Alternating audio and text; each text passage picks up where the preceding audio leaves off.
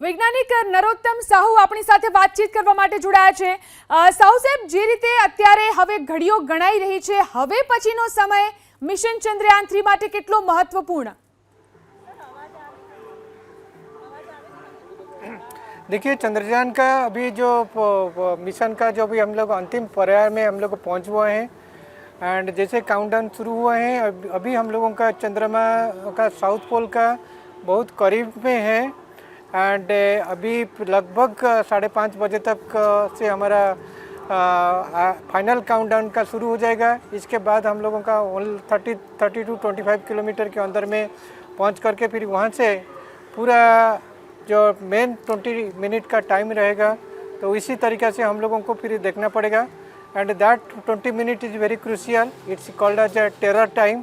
तो वहाँ पे इनके जो स्पीड रहेगा, स्पीड एंड इनका जो डायरेक्शन रहेगा, दिग रहेगा, दशा रहेगा, ये दोनों को हमको काफ़ी टाइम के हिसाब से एंड हमारा शेड्यूल के हिसाब से हमको कंट्रोल करके इनको 6:04 में हमको चंद्रमा का साउथ पोल का जो डेजिग्नेटेड लैंड हुआ है, तो वहाँ पे हम लोगों को पहुँचाना है। तो इसी के लिए ये जो टाइम हो गया अभी आ रहा है, ये हमारा सारा टीम के जो अपेक्षा है, जो इनका इमेजिनेशन है, जो हमारा कॉन्फिडेंट है, वो लेवल हमारा पीक का ऊपर में है एंड हम लोगों का कॉन्फिडेंट है, हमारा आशा है, विश्वास है कि ये पूरा 25 मिनट जो है, तो ये अच्छा तरीक़े से हमारा जो सारा कम्युनिकेशन सिस्टम है, कंट्रोल कमांड जो है एंड वहाँ का जो पूरा टेक्नोलॉजी का जो ये अलग तरीक़ा का इनका लंचर के साथ जब जुड़ा हुआ है, तो इसके साथ हमारा ये सारा चैलेंज को हम लोगों को ये करके कंपाइल करके, तो ये हम लोगों को सफल के हिसाब से आगे के हिस्ट्री तैयारी कर सकते हैं। जी साहु सर, छेल्ली 19 મિનિટની અંદર યાનને ઈસરો તરફથી કોઈ કમાન્ડ આપવામાં આવશે? કઈ રીતે નિર્ણય લેવાશે?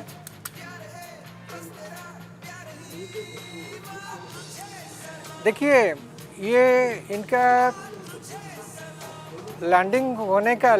सॉफ्ट लैंडिंग होने का लास्ट 20 मिनट तक ये कंटिन्यूस संपर्क में हमारा रहेंगे इसरो टेक्निकल टीम एंड इनके आर्ट स्टेशन से।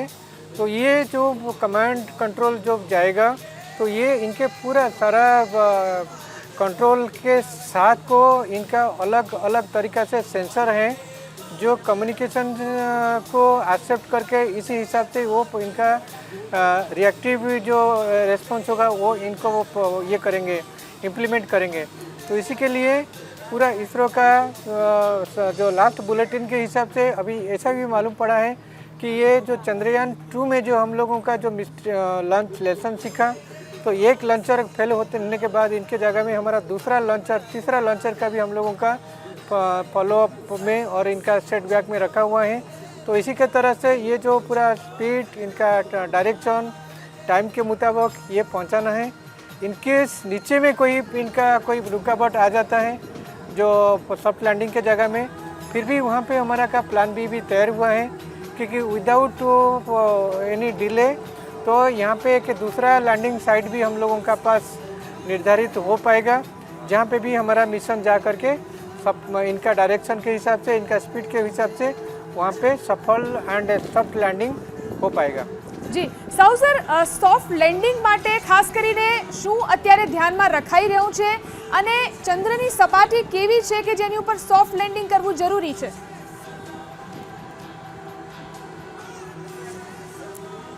सॉफ्ट लैंडिंग का ज़रूरी इस कारण के लिए है कि सॉफ्ट लैंडिंग के हिसाब से हम लोग को टेक्नोलॉजी को डेमोन्स्ट्रेशन कर सकते हैं, क्योंकि ये सॉफ्ट लैंडिंग जो हो रहा है ये कोई शौक के लिए नहीं है, ये कोई प्रैक्टिस के लिए नहीं है एंड ये कोई नहीं, बिकॉज इसी के ऊपर में हमारा नेक्स्ट मिशन का भविष्य डिपेंड करते हैं। सॉफ्ट लैंडिंग के साथ हमारा जो लैंडर है, जो रोवर है, वो इस तरीके का पेलोड ले करके गया हुआ है एंड इनका ट्रेंड होकर के गया हुआ है कि वहाँ पे पहुँच करके जो साउथ पोल है, जो खनिज का खजाना है, वहाँ पे जो जल है, वहाँ पर जो जीवन बनाने के लिए उसका सारा संभावना दिख रहा है, तो वहाँ पे हमारा नेक्स्ट डेस्टिनेशन तरीके से हम लोग चंद्रयान का साउथ पोल को ब्रांडिंग करने के लिए जा रहे हैं। तो ताकि हमारा स्ट्रैटेजिक के हिसाब के पॉइंट के हिसाब से जो चंद्रमा 4 लाख किलोमीटर दूर में है, तो वहाँ पे हम लोग जब अर्थ में छलांग लगा करके पहुँचेंगे चंद्रमा के ऊपर में, तो वहाँ पे हमारा सारा हैबिटेबल कंडीशन के साथ हम लोगों का हमारा रॉकेट को रिफ्यूल कर सकते हैं, हमारा एक्सपेरिमेंट को रीसेट कर सकते हैं। वहाँ से हम लोगों को फिर दूसरा जो कॉस्मिक ऑब्जेक्ट रहेगा, इवन कोई दूसरा सैटेलाइट माने ये प्लैनेट रहेगा और कॉस्मिक वॉयज रहेगा, वहाँ से हम लोग जर्नी कर सकते हैं। तो इसी के लिए सॉफ्ट लैंडिंग का ज़रूरी है। एंड ये सॉफ्ट लैंडिंग के का ओनली इतना चैलेंजिंग होता है, इनको कैसे हम लोगों का इनका स्पीड एंड इनका डायरेक्शन ये दोनों सपोज कंट्रोल में आ जाएगा, तो फिर हमारा सॉफ्ट लैंडिंग में कोई दिक्कत नहीं रहेगा। જી સૌ સર, જ્યારે એક્ઝેક્ટ લેન્ડિંગ થતું હોય ત્યારે રોવરની શું પરિસ્થિતિ રહેતી હોય છે? देखिए, जब लैंडिंग हो जाता है तो लैंडिंग के बाद हमारा लैंडर पहले इनको जैसे ट्रक का पीछे वाला डाला खुल जाता है, तो वहाँ पे इनका दरवाज़ा ओपन हो जाएगा एंड रोवर इसके ऊपर में आकर के चंद्रमा का चौपाटी को टच करेगा। एंड जैसे चंद्रमा का चौपाटी को टच करेगा तो वहाँ पे इनका सोलर विंग्स एंड इनका सारा एक्सपेरिमेंट ऑटो एक्टिव मोड में आ जाएगा। एंड वहाँ पे 3 टाइप का एक्सपेरिमेंट करने के लिए वो शुरू करेंगे। एक एक्सपेरिमेंट हम कहीं करेंगे चंद्रमा का मिट्टी कैसा है, वहाँ का क्या क्या कंपोजिशन होता है, इनका टेक्सचर क्या है। और दूसरा एक्सपेरिमेंट होगा वहाँ पे क्या क्या खनिज होता है जो कि हम लोगों का भविष्य के एक्सपेरिमेंट के लिए हमको हेल्प करेगा। तीसरा एक्सपेरिमेंट होगा वहाँ पे वातावरण कैसा है, कि वहाँ का वो पूरा नेगेटिव माने ये में है, टेम्परेचर में होता है, तो ये टेम्परेचर में थोड़ा सा भी वो ट्रांजिशन होता है, तो वहाँ पे भी जो एयर में जो गैसियस एलिमेंट होता है वो वोलाटाइल हो जाता है, तो इनको भी देखने हैं। एंड चौथा एक्सपेरिमेंट होता है जैसे हम लोगों का धरती के ऊपर में हमारा मैटर का 3 स्टेज होता है, लिक्विड, गैस एंड सॉलिड, तो वहाँ पे भी वो तीनों स्टेट के साथ इनका चौथा स्टेट का आविर्भाव हो सकता है कि नहीं होता है, तो ये भी इनका प्लाज्मा स्टेट को वहाँ पे भी टेस्ट करने के लिए वहाँ पे प्लाज्मा सेटअप भी बना रखा हुआ है।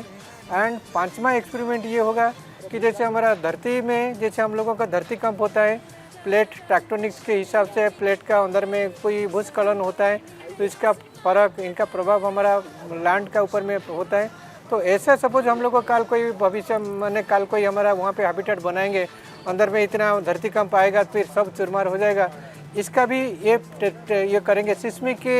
रेजिस्टेंस, सिस्मिक का रिएक्टिविटी क्या है, इसका भी वो एक्सपेरिमेंट करेंगे। तो ऐसे 5-6 बहुत अहम मुद्दा को लेकर के चंद्रमा का चंद्रयान 3 का मिशन आज चंद्र प्रवेश कर रहे हैं। एंड ये सक्सेस का पैरामीटर का ऊपर में हमारा फ्यूचर स्पेस मिशन डिपेंड करेगा। एंड ये जो स्किल है, टेक्नोलॉजी है, कॉन्फिडेंट है, इनको लेकर के हमारा नेक्स्ट मिशन में जो कैसे हम लोग चंद्रमा का ऊपर में हमारा एस्ट्रोनॉट को खड़ा कर सकते हैं, इनको सेफ वहाँ पे ले करके फिर इनको सेफली वापस ले पाएंगे, ऐसे काफ़ी एक्सपेरिमेंट ચાલુ हो जाएगा। જી સૌ સર, ચંદ્રયાન 2 વખતે છેલ્લી 3 મિનિટ ભારે પડી હતી, તો આ વખતે એવું કંઈ ન થાય તે માટે ખાસ કરીને શું ધ્યાનમાં રાખવામાં આવ્યું છે? ये जैसे मैं बताया चंद्रयान 2 का सारा एक्सपेरिमेंट का सारा एक्सपीरियंस को लेकर के चंद्रयान 2 का पेलोड बना गया हुआ है। तो यहाँ पे जो वहाँ पे कम्युनिकेशन लास्ट मोमेंट में जैसे वो फेल हो गया था, इस तरीके से कम्युनिकेशन का जैसे ड्रॉप आउट नहीं हो सकता है, इसके लिए एक के जगह में वहाँ पे 3-4 ऑल्टरनेटिव सेंसर रखा हुआ है। कोई पहला सेंसर काम नहीं करेगा, दूसरा सेंसर ऑटो एक्टिव होगा, दूसरा सेंसर में कुछ नहीं होगा तो तीसरा रहेगा। तो इसी तरीके से कोई कम्युनिकेशन का गैप रहने का संभावना रखा नहीं है। दूसरा चीज़ रखा हुआ है, सपोज इन केस वहाँ पे सारा कम्युनिकेशन ठीक होकर के लैंडिंग साइट में जहाँ पे पहुँचेगा वहाँ पे कोई ऐसा रुकावट आ गया, तो इसमें भी सपोज कोई चंद्रमा माने वो लैंडर एंड रोवर ठीक तरीके से उतर नहीं पाए, पहुँच नहीं पाए, इसके भी इनका इमीडिएट इनका सर्वे हो करके वो दूसरा एक लैंडिंग साइट 500 किलोमीटर का अंदर में हो सकता है। एंड उसी एरिया को नया लैंडिंग साइट को भी लाने के लिए रोवर का पास है सारा कमांड एंड सारा डायरेक्शन एंड सारा नेविगेशन यूनिट वहाँ पे भी रखा हुआ है। तो ऐसे तरीके से दिखाएंगे तो पूरा सारा का पल पल कर का एक्सपेरिमेंट को मैंने ध्यान में दे करके वो पेलोड डिज़ाइन किया गया हुआ है, इनका एक्सपेरिमेंट भी किया गया हुआ है, इनका टेस्ट भी कंप्यूटर सिमुलेशन भी किया गया हुआ है। एंड ये सारा एक्सपेरिमेंट का रिजल्ट को देख करके आज इसरो खुद आशावादी है एंड पूरा पृथ्वीवासी को यही दिखाया है कि हम लोग चंद्रमा का ऊपर में पहुंच रहे हैं। જી સાઉ સર, આભાર અમારી સાથે જોડાઈને વાત કરવા માટે। તો ઈસરો આશાવાદી છે, તમામ વૈજ્ઞાનિકો અને તમામ દેશવાસીઓ આશાવાદી છે કે આ મિશન પાર પડશે અને ભારત માટે ગૌરવની ક્ષણ આવશે।